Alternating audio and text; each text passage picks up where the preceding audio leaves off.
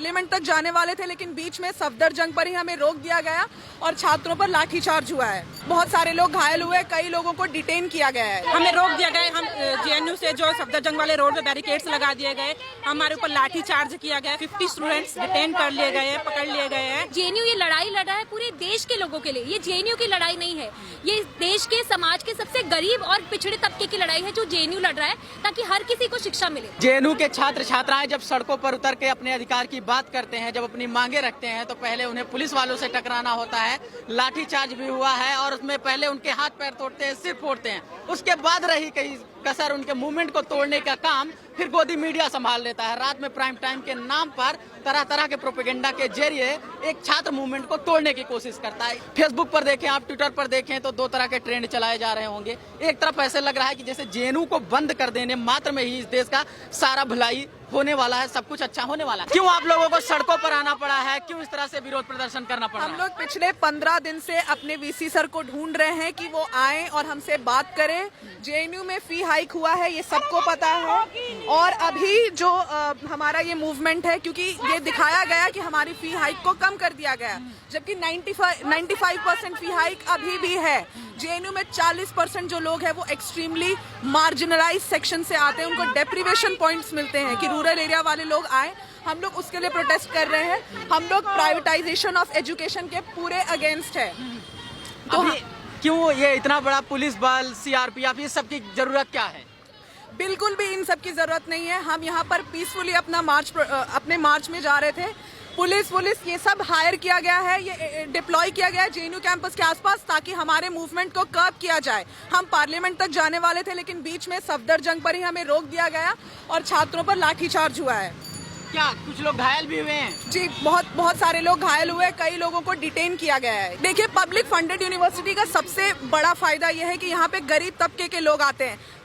दरअसल बात ये नहीं है कि वो 60% लोग पैसे दे पाएंगे, बात है कि उन 40% का क्या जो लोग पैसा नहीं दे पाएंगे। जेएनयू एक ऐसा मॉडल है जिसमें गरीब से गरीब तबके का बच्चा, एक मनरेगा किसान का बच्चा आकर पढ़ता है। मतलब ये सरकार चाहती है कि हम हायर एजुकेशन ना ले, यही इस सरकार का मतलब रियल मोटिव है जो कि सामने आ रहा है। हर चीज को प्राइवेटाइज, ना सिर्फ जेएनयू में, बाकी शिक्षण संस्थानों में भी फी हाइक हुआ है, हम उसके भी खिलाफ है। कि ना केवल जेएनयू में बल्कि देश के बहुत सारे कॉलेजेस में फी हाइक हुआ है। उत्तराखंड में भी अभी कॉलेज में प्रोटेस्ट हो रहा है और जगह जगह आईआईटीज में फी हाइक हुआ है।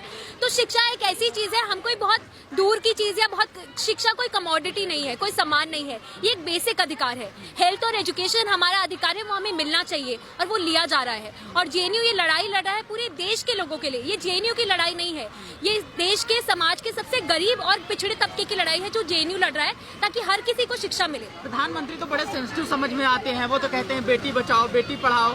ये पढ़ने में क्या दिक्कत आ रही है आप लोगों को? सर, हमें पढ़ने में दिक्कत यही आ रही है कि बेटी के लिए पैसा नहीं लगाना चाहेंगे लोग।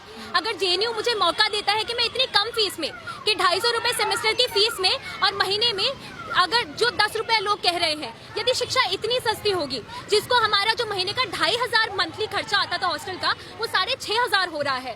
सर, बहुत सारे स्टूडेंट हैं जो 6500 को अफोर्ड नहीं कर सकते हैं।